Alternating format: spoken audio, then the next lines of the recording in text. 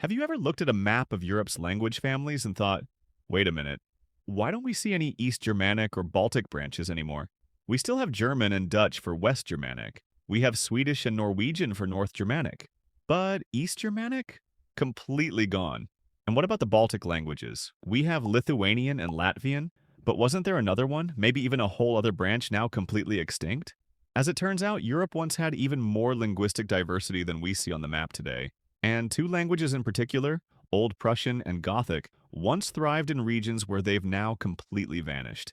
Let's find out what they were, and why nobody speaks them anymore. Let's zoom out and take a look at the big picture. Europe's major language families today, like Germanic, Romance, Slavic, and Baltic, all descend from Proto-Indo-European, the linguistic ancestor of most modern European languages. But not all branches made it to the present day. Some were lost not suddenly, but gradually, like the fading echo of a forgotten melody. Just like the Romance languages descended from Vulgar Latin, many of Europe's extinct languages were once thriving, shaped by conquests, empires, and trade. And then, over centuries, they slowly faded out. Two of the most striking examples are Old Prussian and Gothic, languages that once played major roles in their regions but are now just footnotes in history books. Old Prussian was a Baltic language, closely related to Lithuanian and Latvian, but also distinct enough to be its own thing. It was spoken in what is today northeastern Poland, the Kaliningrad region of Russia, and parts of Lithuania, a region historically known as Pruthenia. Now, when you hear Prussian, you might think of militarized German empires. But Old Prussians were not Germanic. They were a pagan Baltic people with their own language, culture, and traditions.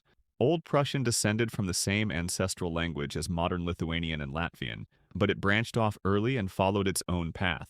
It was deeply rooted in the region, spoken for centuries in villages, rituals, and trade, even resisting the early waves of Slavic and Germanic influence.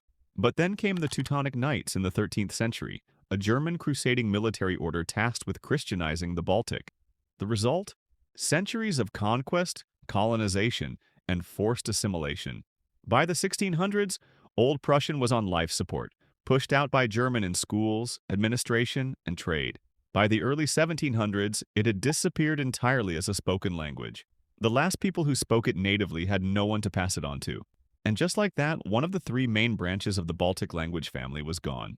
Now let's talk about Gothic, the original East Germanic language. Gothic was once the language of a powerful people, the Goths, who played a major role in the fall of the Western Roman Empire.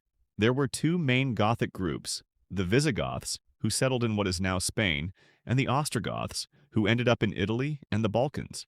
At its peak, Gothic was widely spoken across much of Europe, from the Danube to Iberia. It was even used to write one of the oldest surviving translations of the Bible by Bishop Ulfilas in the 4th century. But Gothic had a problem. It never developed deep roots in any single place. It was a language of conquest and migration, not local peasantry or long-standing settlements. As the Gothic kingdoms fell, overtaken by Latin in the west, Greek in the east, and eventually Arabic and Romance in Iberia, their language faded too. By the 8th or 9th century, Gothic was mostly gone, surviving only in small religious enclaves or isolated texts. Unlike other Germanic languages that evolved and nationalized, Gothic had no clear homeland, no solidified community to preserve it. It simply melted away, its speakers absorbed into the larger cultural forces of medieval Europe. Old Prussian and Gothic are fascinating because of what they represent. Old Prussian was the last voice of a Western Baltic tradition, a branch of Indo-European that now exists only in reconstruction and fragments. Gothic was the sole representative of East Germanic, a whole branch of the Germanic tree that simply vanished. In both cases, it wasn't one big disaster that killed them, it was gradual assimilation. People didn't wake up one day and say, "I'm done with Old Prussian." They just stopped teaching it to their kids, started using German or Polish or Latin more often, and one day, it was gone.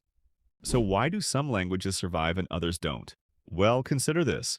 Romanian survived as a Romance language despite being surrounded by Slavic languages. It held on in part because of the Carpathian Mountains, isolation, and a sense of identity tied to Latin roots. In the 19th century, Romanian scholars even re-Latinized the language, adding Latin vocabulary to reinforce its heritage and distinguish it from its neighbors. Old Prussian and Gothic didn't get that chance. They were wiped out or absorbed before modern ideas of national revival could save them. Old Prussian and Gothic may be gone, but their disappearance reminds us of how fragile languages are. Languages don't just vanish because they're less useful. They disappear because of political pressure, social marginalization, or simply because the next generation stops caring. And when a language dies, we don't just lose words, we lose a worldview, a culture, a story. So the next time you see a map of Europe and wonder why there's no East Germanic or Western Baltic branch, just remember, they were there. Old Prussian and Gothic once filled in those linguistic blanks, and their ghostly fingerprints still linger in history, waiting for someone curious enough to ask, why does nobody speak these languages anymore? I hope you've enjoyed this video. I'll see you next time. And as always, thank you so much for watching.